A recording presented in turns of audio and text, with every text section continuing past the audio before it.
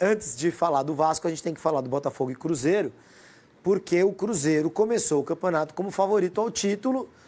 Eu mantive nos últimos dias uma opinião, externei aqui no Band Esportes também, de que o Cruzeiro não estava no nível de Flamengo e Palmeiras, como muita gente estava colocando. Foram feitas trocas importantes, a troca de comando é muito relevante. Então, o time nas mãos do Leonardo Jardim era nas mãos do Tite é outra coisa. Pode ser que seja melhor até, mas é outra coisa. Ao contrário da maior parte dos clubes, e eu falei também isso várias vezes, que carregam 2025 para 2026, porque o Campeonato Brasileiro 2026 começa colado no 2025, o Cruzeiro é um dos poucos que não. Assim, trocou técnico, então, beleza, o time se manteve, trouxe o Gerson, mas trocou o técnico. Então nunca se sabe. Eu não via o Cruzeiro no patamar de Flamengo e Palmeiras, continuo não vendo, e não é porque perdeu do Botafogo de 4-0 que, já acertei meu palpite. Não, tem mais 37 rodadas pela frente.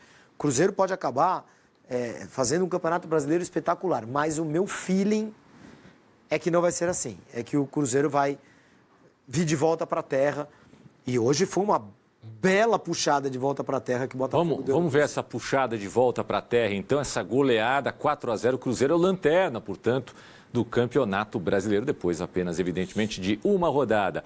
Olha só que espetáculo, né? Esse passe do Arthur Cabral para o Danilo, já no segundo antes, tempo. Né? Com a jogada do Montoro. Sim. Montoro e Danilo, né? Os dois que o Textor já teria vendido e a justiça bloqueou, porque as contas do Botafogo meio que estão bloqueadas, até que algumas coisas sejam mostradas e tal. Enfim, é uma confusão jurídica. E aí o Danilo e o Montoro jogaram. Esse passe é do Montoro também. Esse lançamento para o Matheus Martins. E esse momento do jogo é crucial, Tomás, porque nesse momento do jogo o Cruzeiro estava com um homem a menos. O Gerson estava na maca. Sim. E o Cruzeiro tinha um escanteio a seu favor. E poderia ter esperado a substituição. Bateu rápido o escanteio, no contra-ataque. O Botafogo, com um homem a mais, fez 2-0. A pressa é inimiga da perfeição. Sem dúvida. E aí morreu o Cruzeiro, hein? Morreu. Depois do segundo gol, o Cruzeiro morreu, ficou vendido. O segundo gol já foi aos 30 e tantos do segundo tempo. E aí o Cruzeiro ficou vendido em campo. Sim. Se tivesse mais 10 minutos de jogo, ia ter sido 5-6-0. Danilo de novo, de cabeça. Danilo não poderia ir para a Copa, Júlio? Pode. O time precisa ajudar, né? O time precisa ajudar, mas poderia ir para a Copa, concorre, por exemplo, com o Gerson, com o Paquetá. E aí aquele momento em que a defesa já está em pane, né? Não faz mais nada certo, não presta atenção, parece estar com o freio de mão puxado, e o ataque do Botafogo bastante contundente, faz mais um gol com o Arthur, com direito a drible, e o goleiro Cássio. E aí a gente vai para os melhores momentos da partida, voltamos aí para o primeiro tempo, já com de cara 2 chances para o Botafogo, não tão perigosas. O Botafogo começa um primeiro tempo assim muito jogado, muito disputado, muita pressão, pouco espaço, pouco tempo para tomar as decisões. O Botafogo começa melhor, pouco a pouco o Cruzeiro vai encontrando esses espaços. Encontrou aí nesse lance para o Caio Jorge, mas ele estava impedido. Gerson jogando mais pela direita, recebendo muita bola de costas. Estava difícil para o Gerson jogar nesse posicionamento, porque jogaram os dois Lucas Silva e Lucas Romero, e o Gerson aberto, mais aberto, entre aspas, pela direita, entre aspas, porque não é sempre assim que ele apareceu. Mas olha aí como começam a aparecer os lançamentos para o Caio Jorge, né? O Cruzeiro começa a ser perigoso dessa maneira. E essa é a única jogada em que o Gerson consegue, de fato, aprofundar e dar uma trivela maravilhosa ali, né? E o jogador do Cruzeiro não consegue concluir de cabeça. Então, começo melhor do Botafogo. Depois o Cruzeiro cresce com essa defesa adiantada do Botafogo. O Cruzeiro vai encontrando os espaços, mas não chega ao gol. Começa o segundo tempo e o Botafogo vai fazer o gol logo no começo. É uma jogada maravilhosa do Montoro. No meio de 4 ele acha o Arthur Cabral. A gente não vê o começo da jogada, infelizmente. Aí o Arthur Cabral consegue esse passe também maravilhoso para o Danilo. O passe é muito bonito, no meio das pernas do jogador do Cruzeiro. Golaço. E o Danilo tem que chegar batendo de esquerda já, né? Ele também é muito rápido. Então, Montoro, Arthur Cabral e Danilo, os 3 foram perfeitos no lance. E o Botafogo faz 1-0. A partir daí, Tomás, o Cruzeiro domina o segundo tempo. Por 30 minutos, por 20 e tantos minutos. Mas não é um domínio que vai gerar grandes chances de gol. A melhor é essa, do Gerson. Justamente uma chegada do Gerson. Mas o Cruzeiro está lá, numa pressão, dentro da área, se aproximando, parecia se aproximar do gol do empate, quando vai acontecer o fatídico lance, o momento, né, que o Gerson se machuca, não é substituído, e o Botafogo e o Cruzeiro acaba batendo um escanteio com mais velocidade do que deveria, e o Botafogo vai fazer o segundo gol. Mas olha como a pressão do Cruzeiro estava forte aí no segundo tempo. De fato Tá vendo o Gerson caído ali, ó?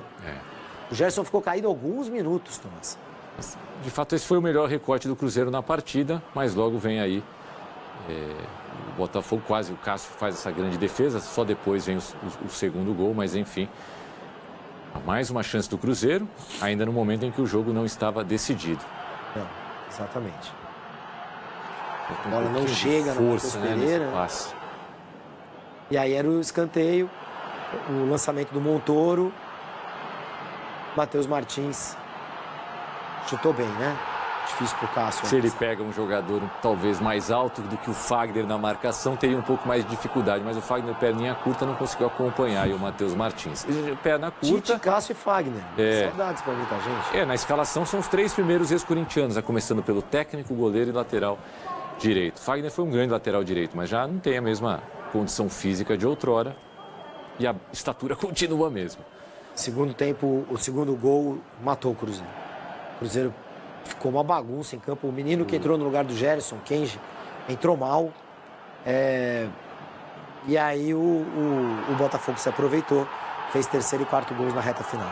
Eu vou te fazer uma pergunta sobre o Botafogo, mas só passar aqui o time que entrou em campo hoje com o Neto, o Mateu Ponte, o Araújo, o Newton, né, na verdade, o Barbosa, Alexandre Barbosa, Vitinho, Danilo, Alan e Alex Telles, Santiago Rodrigues, Arthur Cabral e o Álvaro Montoro. Então, o Botafogo, ele tem time, Tomás.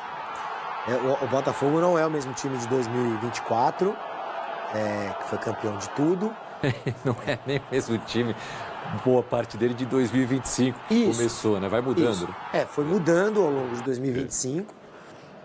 Não é o mesmo time que ganhou do PSG por 1-0 lá em Los Angeles, jogo que a gente acompanhou e trouxe toda aquela cobertura aqui no Band Esportes, mas ainda é um bom time. Sim. Ainda é um time com bons jogadores. E é um técnico, o Anselmi, que promete muito, assim. Não deu muito certo no Porto, não deu nada certo no Porto, mas é um técnico que é uma incógnita, tipo Ancelotinho, pode não ser grandes coisas, mas ele pode fazer um bom trabalho.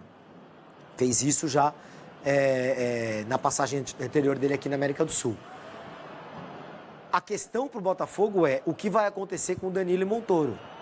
Danilo e Montoro são 2 jogadores fora do comum, fora da classe, né? O Danilo é um volante de Copa do Mundo, como você bem disse. Acho até que volta para o Botafogo um pouco por isso também. Vai depender do time ajudá-lo, né? E o Montoro é um menino de 18 anos, é uma joia do futebol argentino, é craque, Tomás. Você vê assim, o cara pega 1, 2 vezes na bola, você sabe quando o cara é craque. Teve pouca minutagem no ano passado, talvez menos do que deveria, com o Ancelotti, e agora aparentemente com o Anselmi é o craque do time, tudo vai passar por ele. Agora até quando eles ficam, eles saem, o Textor vai conseguir vendê-los, o Textor vai vendê-los e deixá-los emprestados no Botafogo, que é aparentemente o plano do Textor. A gente vai ter que ver o que o americano que é dono do Botafogo vai fazer ou vai conseguir fazer, porque a justiça está metida na história. Se esses caras continuarem ao longo do campeonato, talvez a gente tenha tirado o Botafogo da história muito cedo. Talvez o Botafogo faça um campeonato melhor do que o do ano passado. Cássio, Fagner, Fabrício Bruno, Jonathan e Bruno Kaique, os 2 Lucas, o Romero e o Silva, com o Gerson mais à frente, Matheus Pereira, Caio Jorge e Wanderson, técnico Tite. A seleção brasileira fez mal para o Tite, Júlio? Ele ainda não conseguiu encontrar, entre aspas, a sua melhor forma, o seu melhor momento pós-seleção brasileira. Eu não sei se a relação é tão direta, mas a ordem dos fatos é a que você acabou de relatar. Talvez a seleção tenha feito mal para o Tite, no sentido de você ficar 6 anos e meio trabalhando de uma maneira, e quando você volta para o futebol de clubes, 7 anos, assim, um período de 7 anos é muita coisa, sabe, Tomás? Algumas dinâmicas mudam em 7 anos, né? E outra, 7 anos de seleção brasileira, mas antes, quantos anos de Corinthians? Então, assim, o Tite não trabalhou em muitos lugares nos últimos 10 anos. Antes, sim, passou por vários lugares, né? Toda aquela carreira que o Tite construiu no Sul, passou aqui pelo Palmeiras, passou por um monte de lugar o Tite. Aí estabiliza no Corinthians. E aí seleção brasileira. Então, por 10 anos, o Tite trabalha de uma maneira... Não, são 15 anos só Corinthians, seleção. né? Até mais, né? É porque ele sai, mas... Ele chega em 2010, outubro ou setembro de 2010. Aí ele tem um ano sabático. Ele não trabalha outro Não lugar. trabalha, ele fica sem trabalhar e volta, ele sai no final de 2013, o contrato acaba, ano sabático 2014, janeiro de 2015 ele substitui o Mano de novo. Exato. E aí 16 vai para a seleção brasileira. Então isso. Então são 15 anos.